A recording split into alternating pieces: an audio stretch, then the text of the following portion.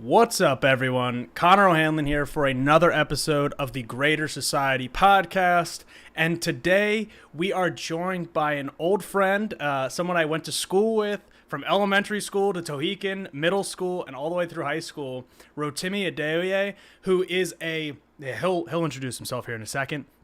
But he is a communication strategist for the ACLU, which is obviously vital if you guys have been watching any of the stuff that's been going on recently here in Bucks County or in the country at large. And he is also has a column in the Daily Beast as well, which we will be going over some of his most recent writings here tonight. And later on in the show, we will be discussing and looking at some of the reactions from the MAGA right, I suppose we could call them, to the Mar A Lago or MAGA Largo raid that happened over the last couple of days. And we're going to, revel in the snowflakiness, I suppose, of of the far right. So without further ado, though, I'm going to let my friend Rotimi introduce yourself.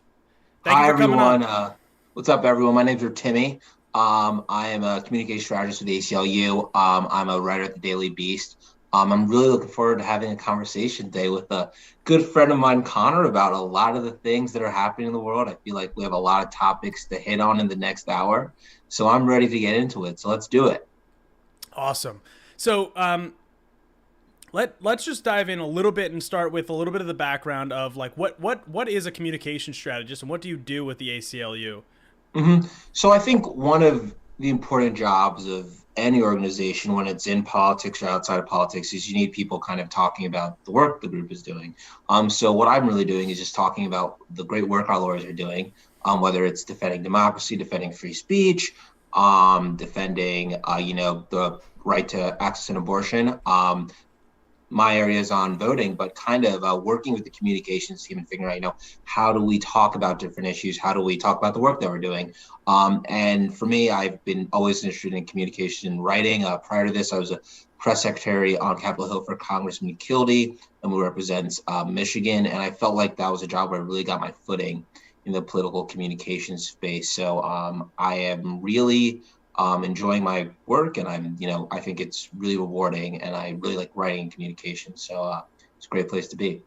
Has it been what's the transition been like working for because you work for Bob Casey as well, correct? Yes. What's the transition been like working for elected officials, moving towards a more of an organization that's focused on like maybe a mission statement? The ACLU obviously focused on heavily on free speech in this country, but like what has that transition been like for you? So I think for anyone, a new job comes with its difficulties. But for me, I think I found it extremely rewarding because a lot of the issue areas that the ACLU covers are areas that I think, I've been interested in since I was in college or even high school. Thinking about voting, thinking about free speech, thinking about privacy. They're really complicated issues that have been around in our country since the founding of our Constitution. So being able to kind of work on them in such a close way and work with such a brilliant group of people, it's really interesting. It's really rewarding. So I've really enjoyed it so far. I do miss Capitol Hill. It's where I think, a lot of hustle and bustle is happening in DC, and I have some great friends that are still there. But I've found that, I've really enjoyed my new position. I'm sure the two of us will be at Capitol Hill quite a bit in our lifetimes. So, yeah, I hope. With that being said, I before I dive in to like more of like specifically your writing, I'd be remiss almost to ask you, and I didn't throw this is a curveball early on already, but I'd be remiss to ask you about like what's been going on in Central Bucks. Do you have any like thoughts about what's just been going on in our both of our alma maters, right? So like for anyone who doesn't know, again, like me and Rotimi went to the same school growing up, and as we saw in the last couple of episodes, we've been discussing this book banning policy, and again, not everyone calls it that. I'm okay calling it that. What it is. Yeah, exactly. So I just wanted to give you an opportunity because of the magnitude and influence of what Central Bucks was supposed to be representative. I mean, I moved here because of the schools. Like my family Hmm. moved here because of the schools. Same. So like, I don't know if you just had anything like specific to say, but I feel like I'd be almost like neglecting something big if I didn't let you at least have the floor for that. Totally. Well, first, it's really concerning what we're seeing. The fact that, you have a group of, community leaders dictating what teachers can and can't do is always really dangerous, especially the fact that we've seen really new, like nutrition, like, nurturing educational materials being taken out of the classroom. Things that topics, books that handle really complex issues such as race, sexuality, and gender. Those things shouldn't be banned because, in my opinion, I thought that the Central Bucks leaders of Central Bucks School District would want materials like that in schools so we can set our kids up for success. And it really, really is dangerous that this is happening. And it's really sad to see, but I am kind of relieved when I see the amount of young people that are standing up in the school district to really make their voices loud and clear to say that they don't want to go to schools where this is happening. I, for one, remember when I was that age, and I don't think I could have as many people as they do now really alongside them, supporting them. So I really do think it is amazing to see the people that are coming out and making a stand against this really dangerous and disastrous policy. Yeah, it's hard to think back and say like, well, what would it have been like if when we were Mhm. there? Yeah. I'll say last thing on this local stuff is last week we had for everyone who might not know, I'm the chairman of the Doylestown Democratic Committee. Last week we had our monthly meeting, and I had a parent come up to me, and I've never had this before. I had a parent, and I've knocked on thousands of doors. I had a parent come up to me and say, "I'll help you do everything you can to elect a new school board, etc. But in the end, my gay child doesn't feel safe here anymore, and Mm, we're gonna move." And I was like, mm, that's the repercussions of these actions. Whether these folks really intend to inflict this kind of harm, or it's just they really think that they're righteous. In reality, what happens, and in practicality, this is the type of result that these type of policy get. So yeah. it's frustrating and kind of embarrassing. Well, it's very embarrassing, I should say, Hmm. for me and I think for our school district. But with that being said, a lot of your work and a lot of your writing is regarding democracy. Frankly, Hmm. saving democracy, saving the right to Yeah. vote, Hmm. and I have outlined you sent me 4 different articles of your most recent stuff, and I outlined some highlights that I want to talk about and some questions Cool. that I think are important for everybody. So we're going to Great. start with the article you have. Election workers are under attack. We Yeah. need to fight for them. And I think Yeah. this is a great place to start because this is Hmm. something that people listening here locally can get involved with and engage with. Definitely. So you said a survey published by the Brennan Center last summer found that nearly 1 in 3 local election officials do not feel safe in their jobs. Can you maybe illuminate why they don't feel safe and like what the responsibility of some of these local election officials are? So I think I want to kind of, I think we can talk a lot of about these things in the abstract sense, but I think Yep. really personalizing it is really important here. So during the last presidential election, there's an election worker in Georgia who, after Donald Trump and a lot of the people in the Republican Party tweeted her name saying that she was changing votes, she received thousands of death threats and had to essentially figure out a way to protect herself, which is extremely dangerous given the fact that you have someone that's just a volunteer that really just wants to help their community being harassed by thousands and thousands of people. And I think this as someone that's on the internet a lot. I'm on the internet a lot. People are really nasty. And for someone that was just simply volunteering to have to deal with that level of attack and that level of vitriol is really disgusting. So that's what really inspired me to write this piece, really reading her story and then reading so many stories of different people around the country that were simply just trying to volunteer, really help their community during an election, and were faced with so much hate and vitriol because you had the former president of the United States and you had people that worked for him spreading the lie that the Democrats had orchestrated this big election hoax. And, when that type of narrative gets pushed, it's so dangerous because, one, people forget, but I think they know this, that the founding of our country was essentially built around this idea of people rising up against a really dangerous authority figure. So when you go out and spread a lie that people need to rise up against an authority figure, you are basically forcing violence. You're going out and saying people should carry out violent acts, and that's really scary to see. And we're seeing the real consequences of it. So I wrote this article in the hopes that I used to work on the Hill, so I know how, ideas get created and ideas get floated around, is that people in our leaderships can read an article like this and really come together to try to create solutions that protect election workers. Because at the end of the day, if we don't do this, a lot of people are going to be harmed. A lot of people will honestly stop volunteering for these roles. And then that's even another problem. How do we make sure that one of the crucial roles to keeping our democracy functioning is people are joining and doing these jobs. So it's my hope in writing this article was really that we can figure out some common sense solutions to protect election workers, because I think enough is enough.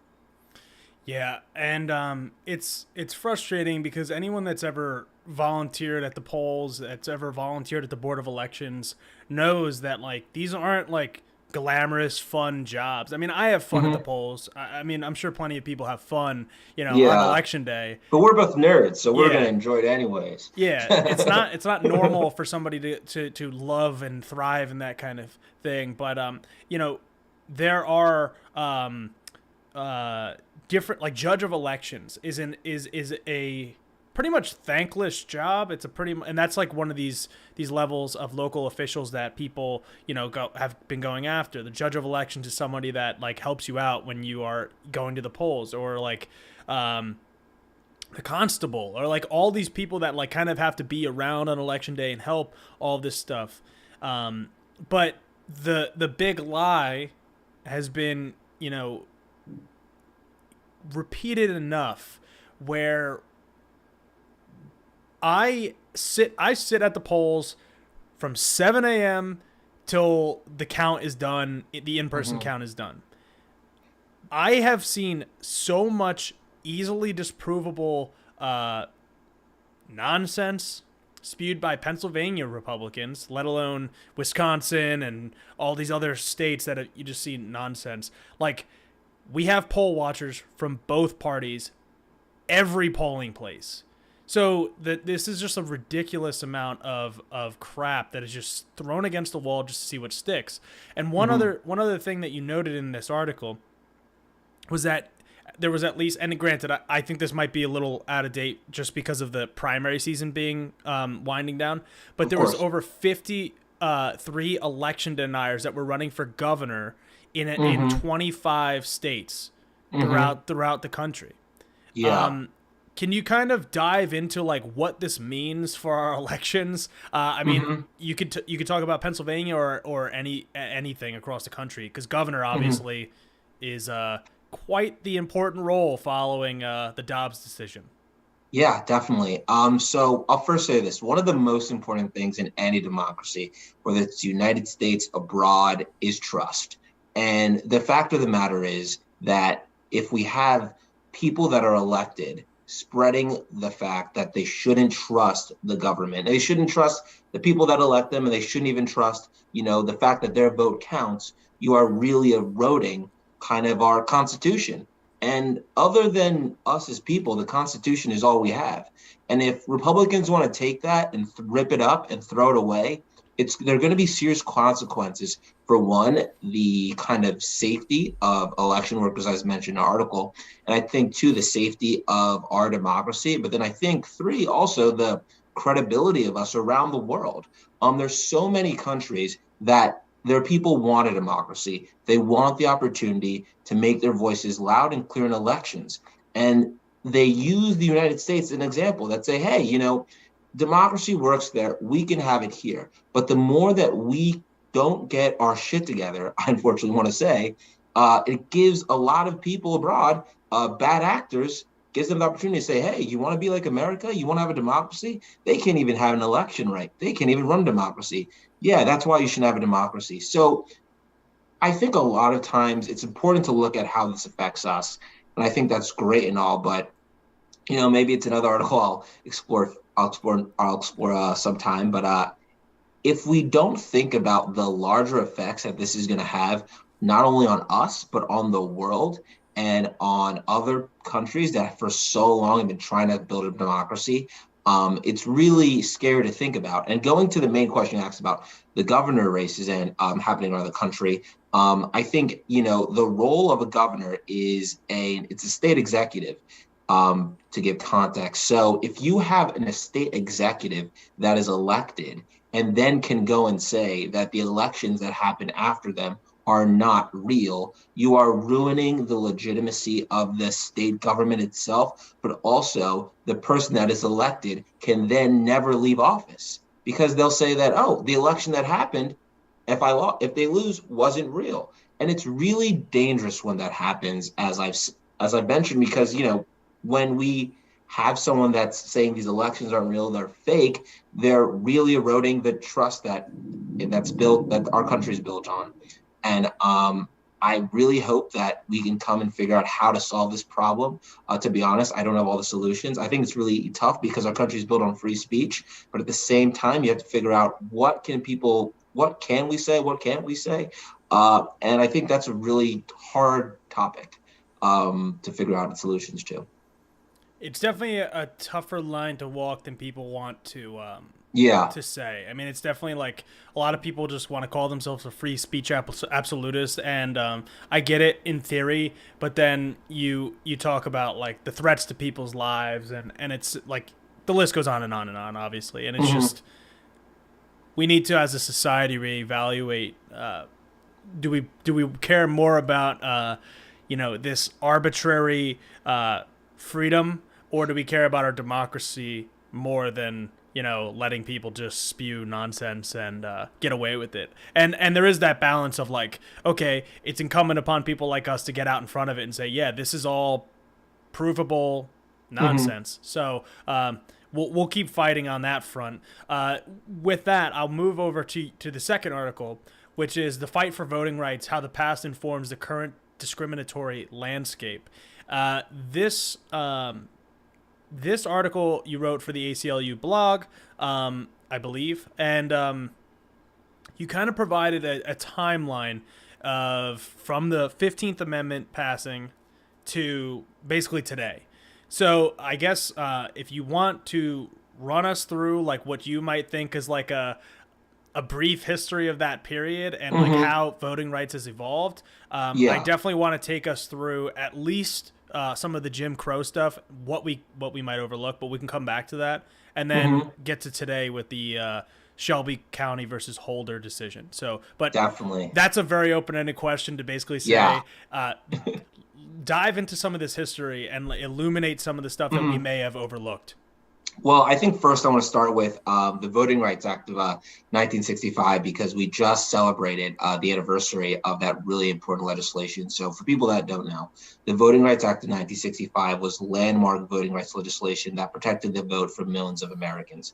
As Connor mentioned, prior to this legislation, there were Jim Crow laws in the South that stopped a lot of Black people from voting. And this legislation ensured that they had the right to vote. President Lyndon Johnson, the federal government had to step in because Southern states were not protecting Black voters. So what that really important legislation does is it, ensures that Black people and people in the South can vote, but also if there's a state that has a history of discriminatory voting practices, it ensures that they don't carry out those practices again by having them go to the federal government if they want to institute a new voting law. So let's say I'm Alabama and I want to put a new voting law in. I need to talk to the federal government before putting that voting law in because I have a past history of discriminatory practices. Now, what the problem is the part of the Voting Rights Act that essentially instituted that really important provision has been removed by the Supreme Court in Shelby versus Holder, which Connor mentioned. It's a really scary Supreme Court case because essentially what the Supreme Court does is they say that basically the whole discriminatory past that every American knows that we're all taught in history books is essentially invalid. And they say that this practice is not necessary anymore. And that's really concerning. And, and after invalidating that, if you look at a lot of states are now passing discriminatory voting laws. We're seeing it happen across the South. We're seeing it even happen in states like Pennsylvania. Thankfully, I have a governor right now that isn't going to sign anything, but you're sign anything like that. But you're seeing in the state house, people are really putting out laws that are really discriminatory and stop the right for people to vote. So it really is important for us to kind of think about the people that we're electing. And if they're going to sort of follow this anti-Voting Rights Act path and pass these really dangerous discriminatory laws, we really need to not vote for them because that's against our democracy. And one, it invalidates so much of progress that America has made. And, I don't want to grow up in a world that I don't want to grow up in a country, where, America's backslidden and all the progress that, we've talked about for years. And I imagine everyone here grew up in school. They're like, oh, Martin Luther King, John Lewis, President Lyndon Johnson. There were these heroes that did all this stuff, but then it all gets invalidated and it doesn't exist anymore. And that should concern us all. So in that article, really the purpose of it was just laying out the history of the Voting Rights Act, voting rights in America, and really showing that at the end of the day, we have not seen a lot of we've seen a lot of progress, but a lot of it's getting invalidated. Okay. I'm gonna have to restart the Zoom call with you in a second here. No problem. But I'm gonna resend you a new link. However, cool. I'm gonna send that to you really fast, but I'm gonna talk while I do that. Okay, so we will be right back. All right, Rotimi? All right, sounds good. All right. So for those just watching, I'm gonna get Rotimi back in. We're gonna make a new meeting, but I am just gonna point out here that in talking through this piece of history, that Lyndon Johnson literally he stated that passing the Voting Rights Act, which obviously was monumental in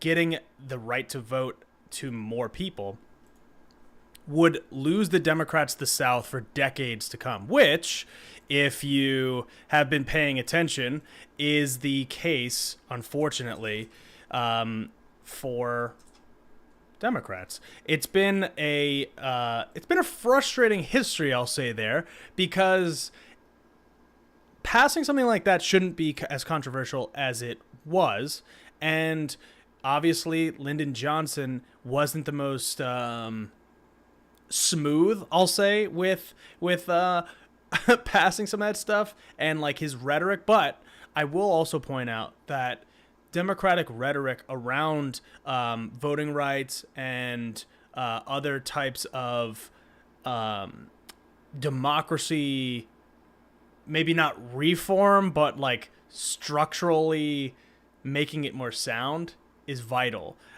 So I think it's important that we take a look at all this stuff in that lens, and the fight and the willingness to sacrifice potentially, elections for 4, 8, 12, 10, 20, like these years to come that were vital for Democrats. So that obviously changed the dynamic of everything as well.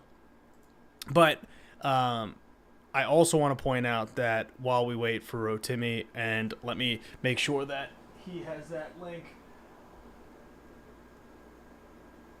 And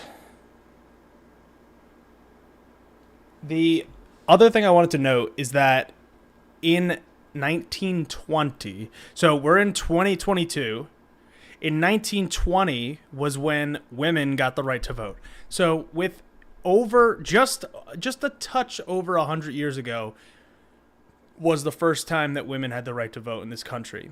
Um, it's not it's not something that would be crazy to think that could slide back. It is a little crazy to think that, but it is not totally impossible. So, with all of that, with that great filibuster by me, we have Rotimi joining us back again, just because I am too cheap to have a premium Zoom, and for some reason, it was going to end on us. So, that's some real filibustering. So, what I was talking about there was Lyndon Johnson basically saying that, passing the Voting Rights Act in 1965 was actually going to lose the Democrats the South for decades to come. Mm-hmm. Like, he's quoted as saying that. And then I also was talking about that women only got the right to vote in 1920. So it's only been a little over 100 years.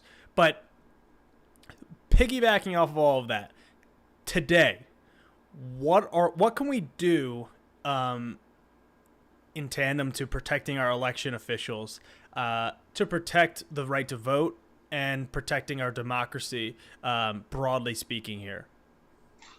Well, I think what we could do is the federal government needs to pass federal voting rights legislation. It's great to see that some members of the Senate have come together to put forward discussions around the Electoral Count Act. So for people listening, the Electoral Count Act would reform the way that the electors are counted, to essentially avoid a January 6th scenario. We had a lot of pressure on Mike Pence having to decide essentially that Joe Biden would be president, or would not decide, excuse me, but would count the votes for Joe Biden to be president. So it reforms that process. But I think we need way more than that. And we need actual federal rights voting legislation that brings back the important provisions of the Voting Rights Act that have protected so many minority voters across the country. We need Congress and we need the Senate to step up and do that. I think that the president has done a great job in making that clear that's a priority, but unfortunately there have been hangups in the Senate that have shown that they're going to obstruct that process. So we really need to use the president needs to use every tool in his disposal to make sure that we can get it done. That's a great way of putting it, and I hope we can get something done. We shall see. Now, let's rewind us even further back. I'm going to take us to your next article. American students barely know anything about Reconstruction. Again, it's and Rotimi, just let me know that my camera's off. We have two different cameras, guys. So funny enough, he couldn't see me, so I was like in the shadows for him. Like, who am I talking to? Yeah, he couldn't even see me, but I as long as all the fans can see me. But funny, we did go to the same school, so again, looping back to saying like education, the vital piece of connecting the dots of our history and to today, Reconstruction. You have a quote. I'll read the quote in the here. Quote, concerningly, an Illinois middle school teacher stated in a report that looks at education standards for American history that Reconstruction is generally the most skipped and summarized unit in the history curriculum. Mm. Okay. What is Reconstruction? And why do you feel, and why is it something that is overlooked in American history? Mm-hmm. So, listeners at home, for context, the Reconstruction Era is the period following the Civil War. So after the Civil War happens, we have a bloody Civil War. It's awful and terrible. President Lincoln realizes, obviously, that we just had a really tough time in our country. We need to do something to unite everyone back together. One, but also two, we now have a lot of people that are new citizens, Black Americans, given the fact that the North, won the Civil War. So we need to figure out how to really make them a part of American society. So what the president does, he really meets with his team and decides that we're going to put together this plan to make sure that the country unites together. So as the plan starts to come out, you have Southerners get really, really frustrated, and they start to fight back. And this is actually, a lot of people don't realize, is when the Ku Klux Klan was invented. What happened was, as the North began to build out its plan for Reconstruction, and Abraham Lincoln started to build out his plan, he then is assassinated. And then you have Grant becomes president. And as this plan is being implemented, the Ku Klux Klan starts going around the South, terrorizing Black families as they start to vote and get jobs. And Grant has to send troops down to the South to quell the Ku Klux Klan. And he's genuinely fearful that another civil war is going to break out. So then what happens at that point is then another presidential election. And the person who is supportive of Reconstruction is essentially barely gets enough votes to win. And what happens at that point is they have to broker a deal to win, to say, oh, if you end Reconstruction with the opposition, if you end Reconstruction, then you can become the president. So the president, I believe at the time it's Rutherford B. Hayes, makes that deal and decides that Reconstruction ends. So the reason why I think it's such an important piece of history to learn, it's because it's a pivotal moment in American history where one election really changed the course of American history. I think we could sit here and pontificate forever about what would happen if Reconstruction didn't end. Maybe we'd have a more unified country, and maybe a lot of the social ills that we see happening to a lot of Black communities wouldn't exist, because the government would have actually reunified the South after the Civil War. I mean, we can sit here and talk about that, but I think the bigger point is it shows how one election has serious consequences. I think it also shows how our country has truly, after the Civil War, some of the problems that we had back then are still problems today.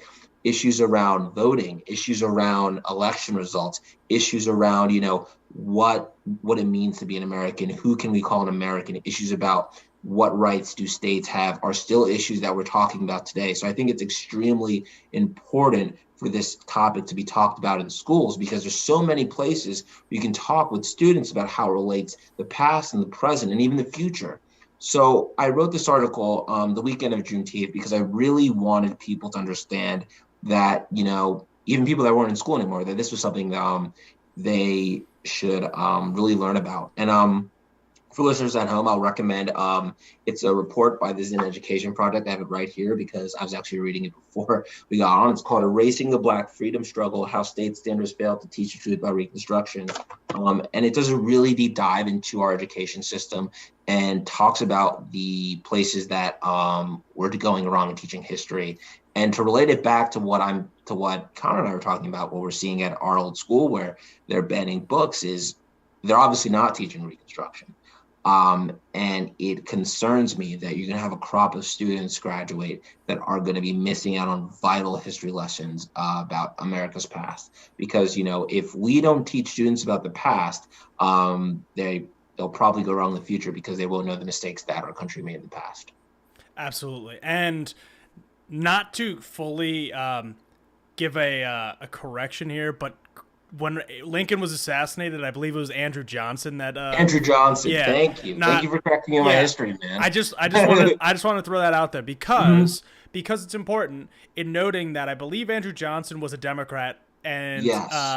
And Abraham Lincoln was a Republican, and they had and Lincoln was given Johnson basically as the vice president to kind of form this alliance. And that was the initial undermining of Reconstruction, was Andrew Johnson fighting against the quote radical Republicans at the time. Yes. Which this is why it's such an interesting period in thinking like, okay, like all this stuff's going on. You have Grant, who was the general for the Union at the time, coming later. So like all this stuff intertwining.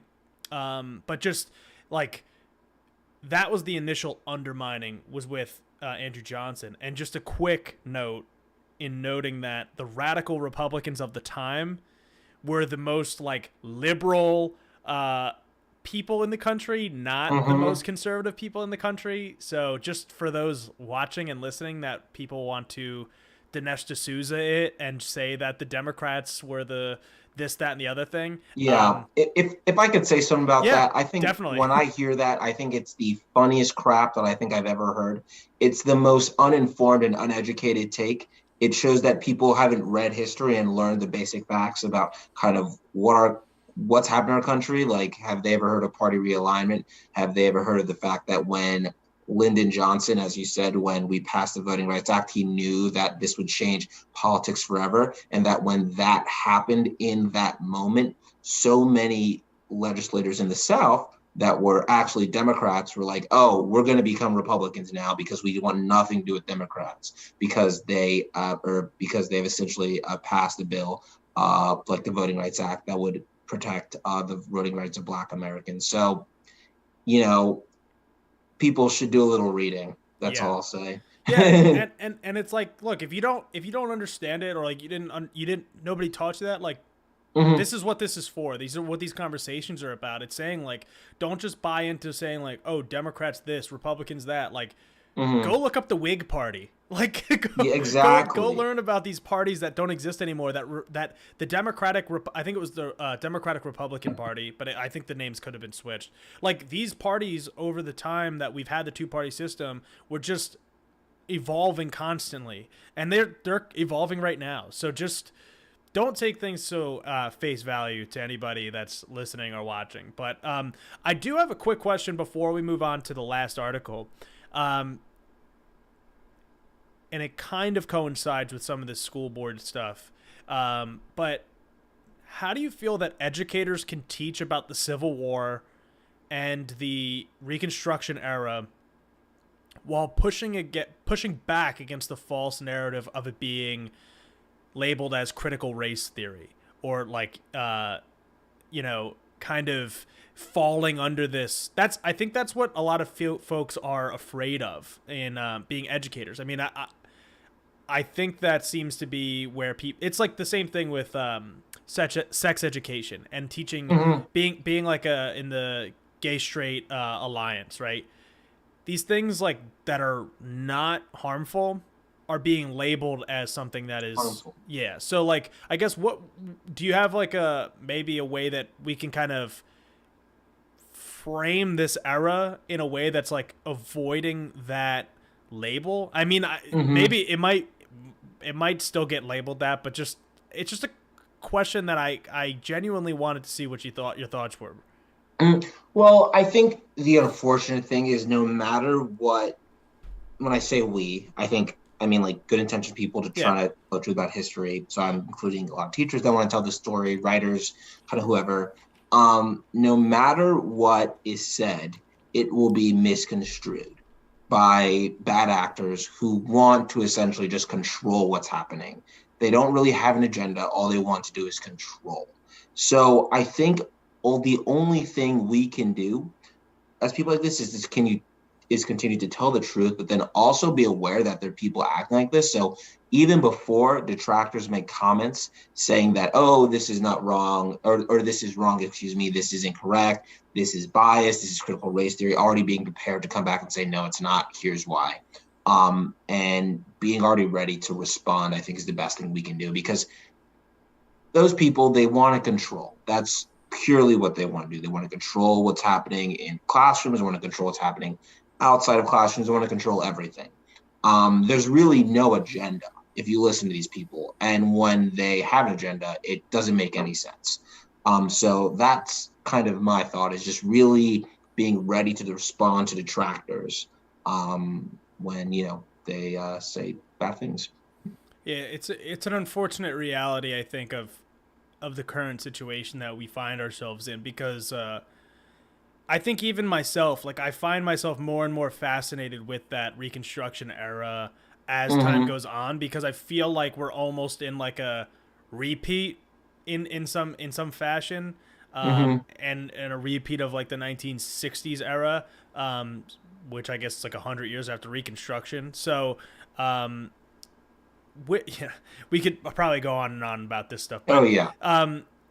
the last article that you have is a radical. Well, it's not the last article you've ever written. It's the last one that we're going to cover today. Mm-hmm. A radical Supreme Court term in review, and Mm-hmm. we could run down all of these, but I'll let you pick and choose if you want. Mm-hmm. Some of the specific. Let's start with the bad, and hopefully we can end on some of the good. I can give you some of the labels that you have from the article just Cool. to refresh if you'd like. But you know, I've covered it on the show plenty, the Supreme Court, but there's some of these cases that we haven't talked about. So, if you want the floor, or I can read off some of them and just say like, okay, this is what happened. This is why it's important. Mm-hmm. Whatever works for you. Well, I think I want to actually, I've been thinking about a case because we haven't talked a lot about it, Biden v. Texas. And this was actually a really good decision that came out of the Supreme Court. Talked about the Remain in Mexico policy instituted by the Trump administration, which essentially says that, if, you have COVID or any disease, you have to remain in Mexico. And what happened is obviously now we know a lot more about that disease than we did prior than we know a lot more about it now, so we obviously have to change that. And what happened was Texas was still using this policy in a very dangerous way, and the Supreme Court kind of came out and said that was wrong. And I think that was a really good instance showing the Supreme Court, that immigration is a age-old American tradition. It's been this country for years. It's how my parents came here. It's how those people are even here. So it's good that we keep our doors open fundamentally.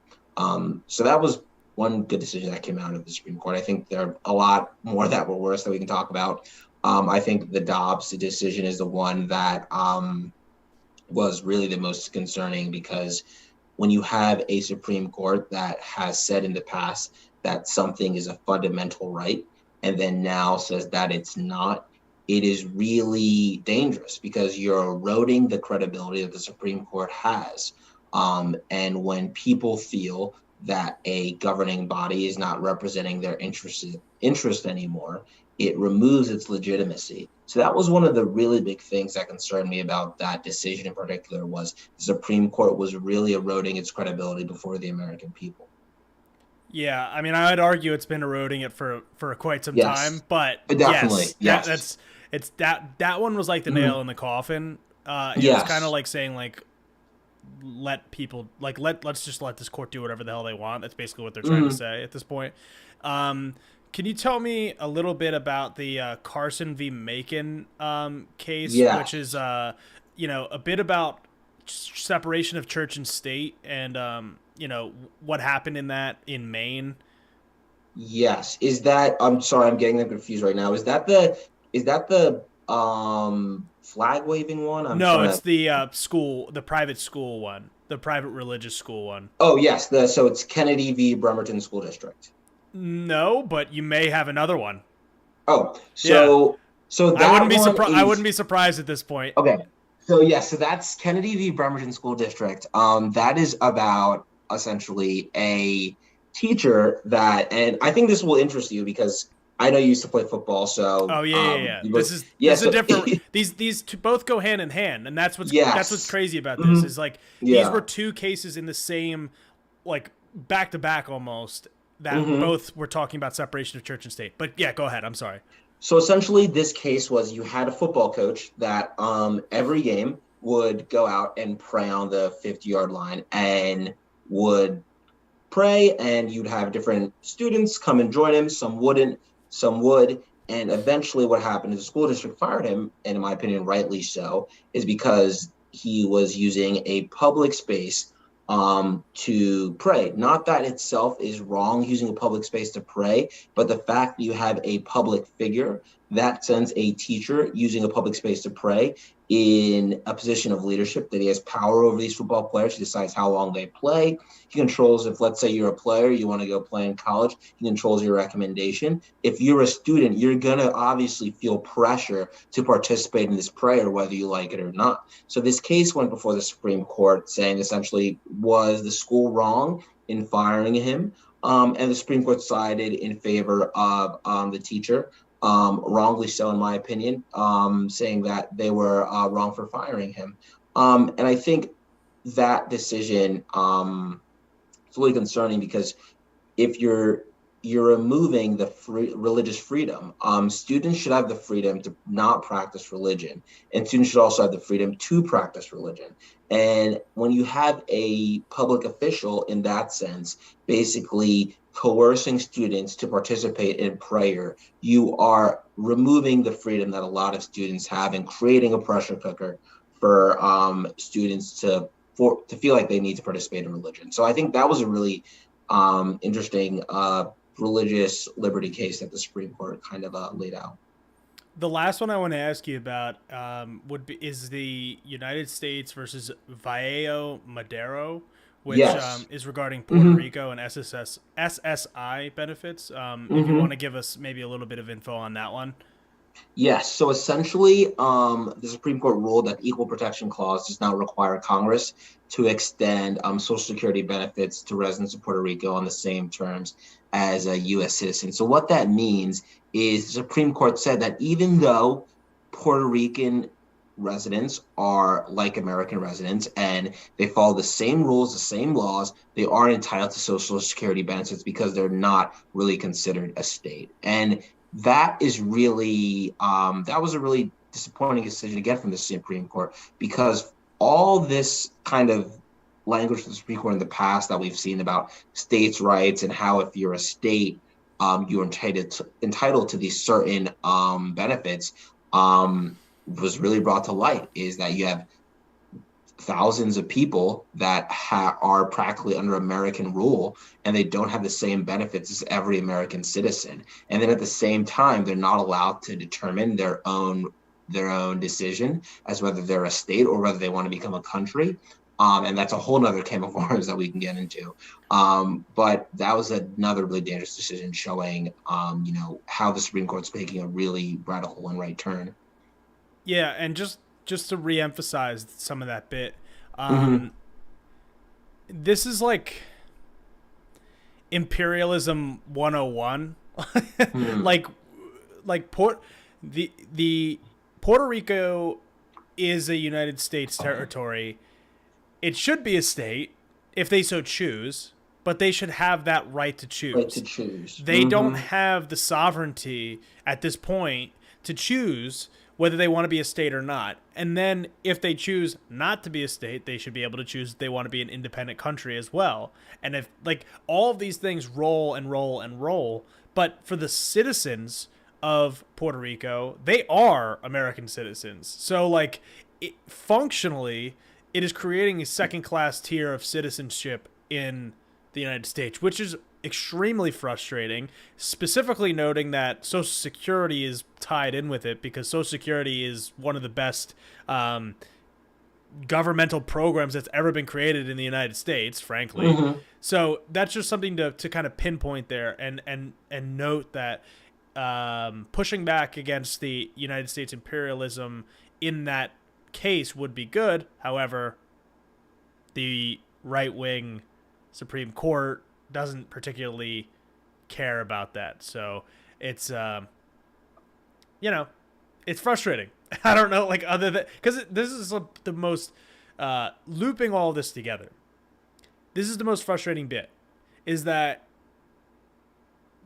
it feels like we're losing our democracy. It feels like to me, and I think to a lot of people, that things that seem to be taken for granted almost by some people are slipping away. Our fundamental rights, and the Supreme Court is like a main culprit, and they are not held responsible the same way like a congressman is or senator is because they have a lifetime appointment.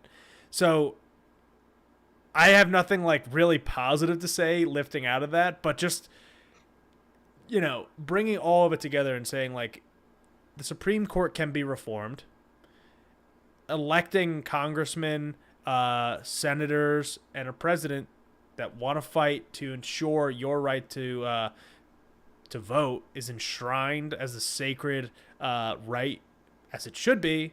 That's important, and you can make that vote coming up in November. So I got. I'm sure I could probably ask you a million more questions, but that's what I got for you tonight, Rotimi. Cool. So what where can people find you, and where can people granted, I have all of the articles we discussed today in the description box below already, Mm-hmm. but if people want to check out your writings, your future stuff, and your social media, where can people find you? Definitely. So if you want to shoot me a follow on Twitter at underscore Rotimi A.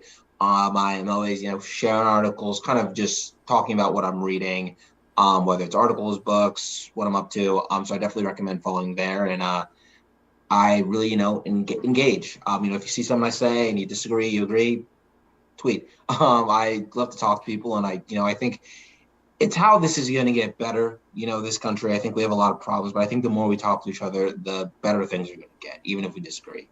So that's where I am on Twitter, and it's the same handle on Instagram. And so, if shoot me a follow. Yeah. I'm just laughing because, I'm not going to name names, but, you know, Rotimi and I and people of the left, we and granted, I won't lump you in with me, but we like to engage in these conversations and have that push and pull, whether it's on Mm-hmm. social media or it's on podcasts. So if you are somebody that would like to engage with either of us, you can feel free to reach out to us and let us know, because this is how, like you said, these conversations evolve, and the push and pull is always a little it's fun. Frankly, I have fun with it. Right. So it's nice when we agree. I mean, like, we kind of agree on most things, I think, at least at this point. But sometimes it's fun to have a little intellectual sparring. Yeah. Oh, yeah. I love a good conversation. I'll say that. I won't put words in your mouth, but thank you, Rotimi, for joining me, and you're always welcome on the show. So we will, I'll have you back, soon enough, and we'll be covering more of your writings. Sounds good. No problem, man. It was great to chat. All right, Rotimi, thanks again. We'll be seeing you Thanks, soon. everyone. See you. Bye. All righty, and with that, we are gonna dive into a little bit of what I call fun, and that would be looking at right wing. Well, let me lay the stage for everybody in saying that Mar A Lago, Trump's main residence, which, by the way, is not in New York City, which everybody's talking about him being. Well, everyone's assumed that this is the New York guy, is not in New York, but rather is in Florida. Was raided by the FBI this week. And why it's important, and all the players are, man, this is like unprecedented history, and that's why I'm like a little overexcited to talk about it. The FBI raided his main residence because of the potential of, well, it was beyond the potential. They got a search warrant to go and look for classified materials that Donald Trump had been holding, obviously past the expiration, I'll say, of his presidency. Now, there are questions of whether he, as president, could declassify something and thus, allowing him to, I guess, keep it. But granted, he did not do that, so that's another whole can of worms. But the FBI went into Mar A Lago. Donald Trump was not there, but he was the one that confirmed it. And I don't know if ironically is the right word, but there are rules, not rules, they're loose guidelines that the FBI generally follows. And you can go back to 2016 for just another example of them not following this guideline.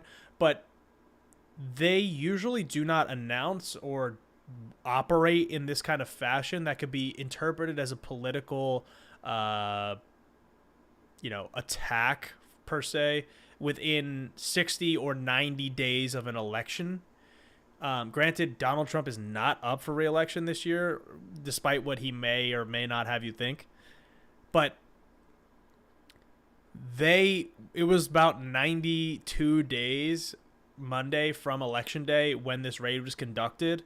And that is a functional, hey, we're getting this in before this whole, political interpretation bit. It's all, coinciding to this big question as to like why are they doing this raid? Is it just for this material? Is it just for these documents? We don't know. We will find out, I'm sure, in the coming weeks. And there's multiple investigations of Donald Trump as well. So that's where these things start to become a little bit more fishy and interesting, I'll just say. So in looking at this, I want to point out one major thing is that the FBI, well, I'll point out one thing first. The Biden administration notes that they had no control over this. They didn't even have knowledge of this happening prior to it happening. Now, we could take that for what it is. You know, some people think like, okay, well, that's just a lie. I don't know. It seems plausible that the FBI and the Department of Justice is supposed to operate somewhat independently, at least of Joe Biden, the same way like, you know, the Attorney General is in charge, so they get to choose as to what is prosecuted and what is not. Now, some people think Merrick Garland hasn't done anything. I can't really argue with that.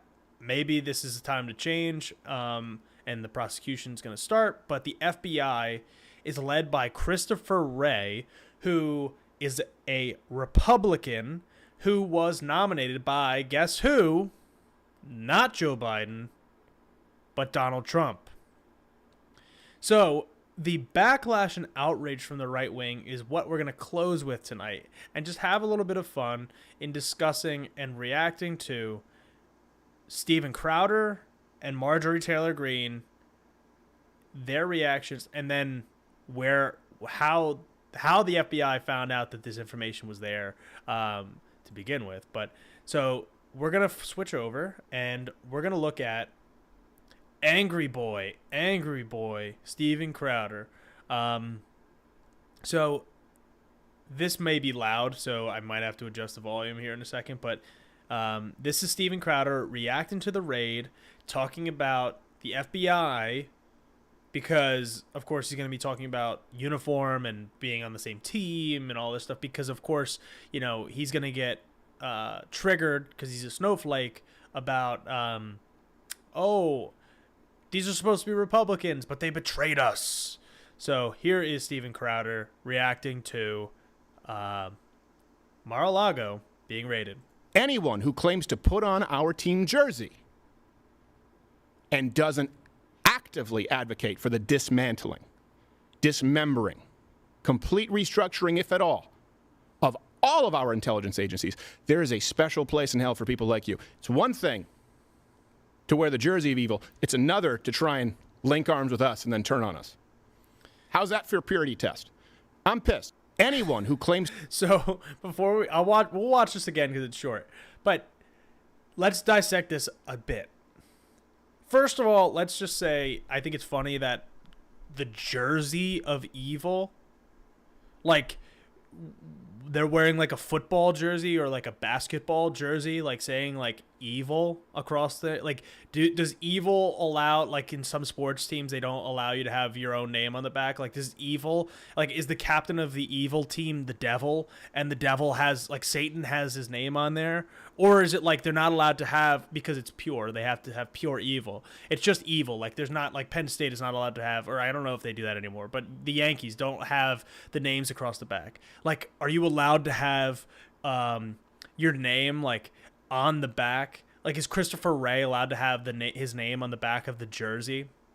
And I think he's more specifically talking about Republicans not advocating for the dismantling of the FBI, the CIA, all these organizations, these intelligence agencies, which I want to say is funny and ironic, because the FBI was the one that was sending letters to Martin Luther King Jr.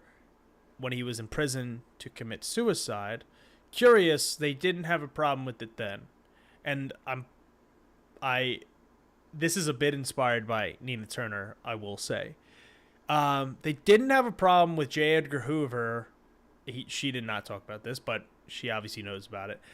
J. Edgar Hoover ordering the assassination of Fred Hampton in his bed while he was drugged and asleep. He was drugged by an informant, by the way. Go watch Judas and the Black Messiah if you haven't already.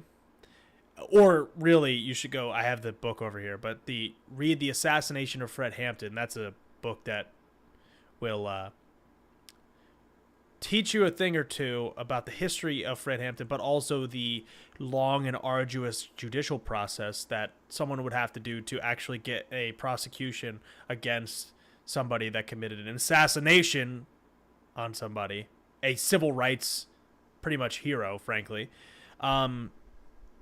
It's not that the CIA overthrowing governments in foreign countries. That's not what these people are pissed about.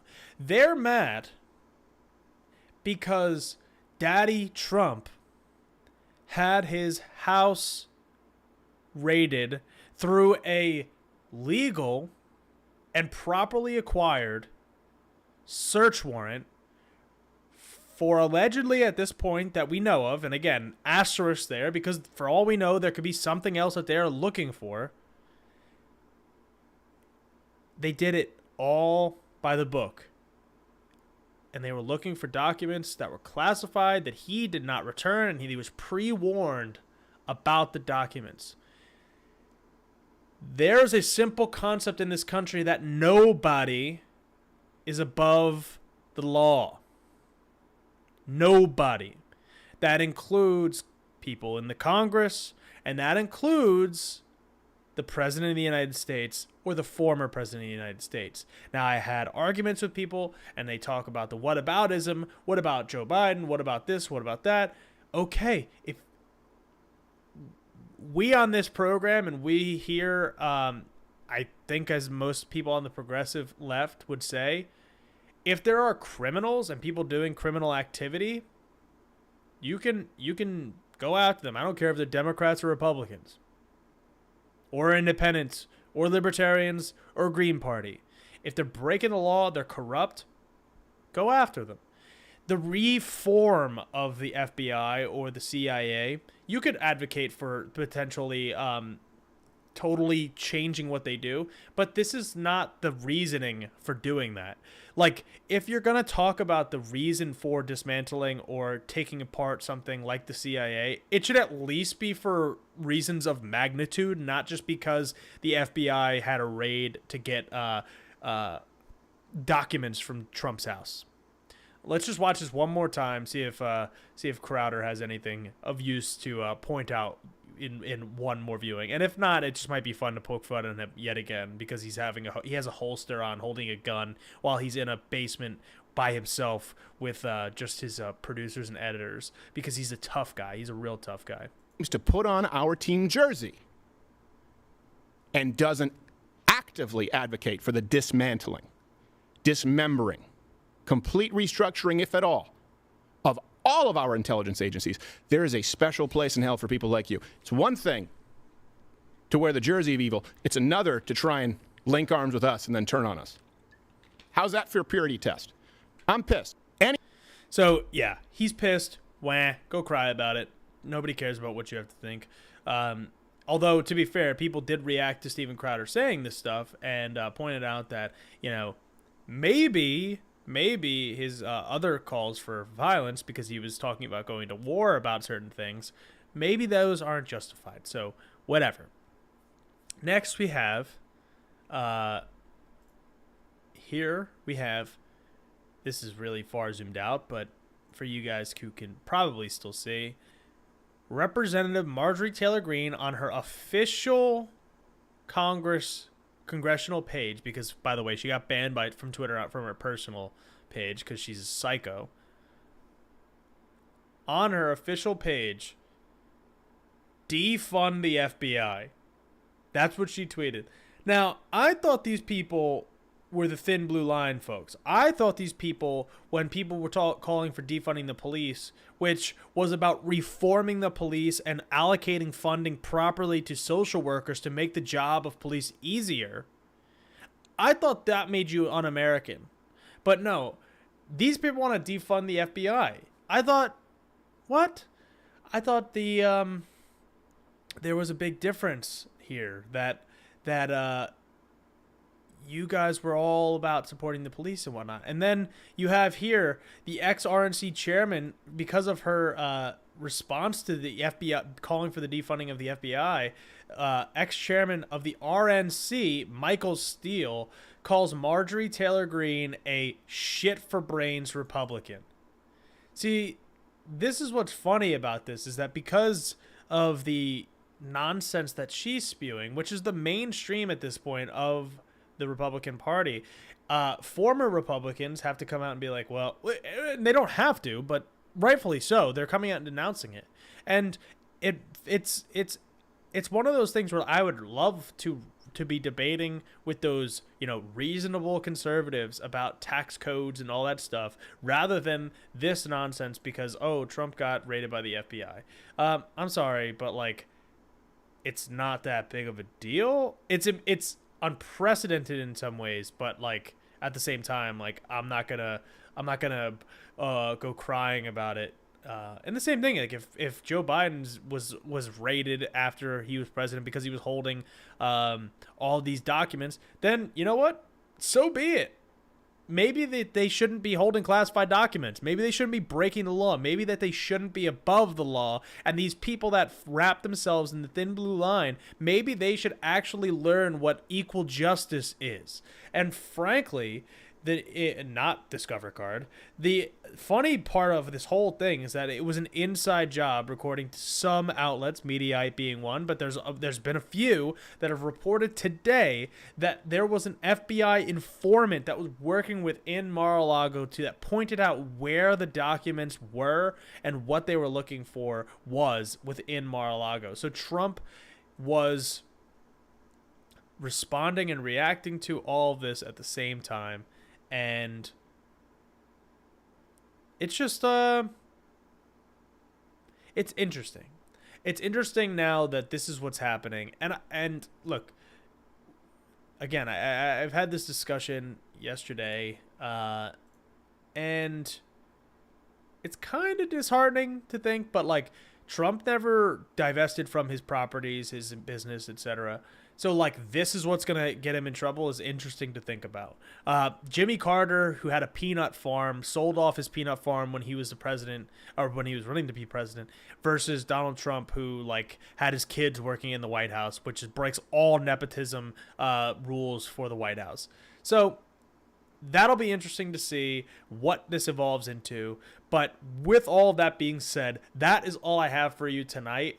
I thoroughly enjoy talking with Rotimi whenever we can, and it's fun catching up with somebody that I went to school with and has these political alignments that at least are fighting for equality, freedom, justice all at the same time as me and you are doing this. So if you enjoy the show, please do me a big favor. It is free. There is a red button below my face that you can hit where it says subscribe. You can do that and help us get our first 100 subscribers. Yes, we do not even have 100 subscribers yet. So help us get over that tiny hurdle by becoming one of our subscribers. And if you really want to be plugged in with what we are doing here, you can turn the bell button on next to the subscription button to get notifications for whenever we go live, which is every Wednesday at 7 p.m. But we're going to be uploading clips of previous episodes coming up soon. So if you missed previous episodes and you just want to see clips, that's a great way to catch up. You can also listen to the show on Apple Podcast app and on the Spotify app by looking up Greater Society Podcast or Greater Society Media. And that's a way that you can just drive and you can listen to the sweet sound of progressive politics in the morning. If you want to support the show financially, you can do so at patreon.com/Greater Society Media for as little as $5 a month. It helps us pay for someone to cut up the clips, somebody, well, this is all the same person, but somebody to do the graphics, to help me out technically, to get all this stuff going. Otherwise, I'm a one-man show here, so this is a great way to give back to the show. The show runs on a loss, so we're just here to promote progressive causes and lift up voices in our community. You can follow the show on Instagram at Greater Society Media and on Facebook at Greater Society Media. Now, I converted the TikTok page into the Greater Society Media TikTok page, so you can find us on TikTok, which is really my page, but it's under that label. So you can go out and check us out there. And you can follow me on Twitter at Con O'Hanlon. Go and read the articles written by Rotimi that are in the description box below. And with all of that being said, if you have a guest suggestion, a topic you want to see, any suggestions for the show moving forward, you can send it to us at greatersocietymedia@gmail.com. With all of that being said, I feel like I've been talking for hours and hours and hours, so I am going to probably just go to bed. So until next time, everybody, stay safe, and I will see you next week. Take care.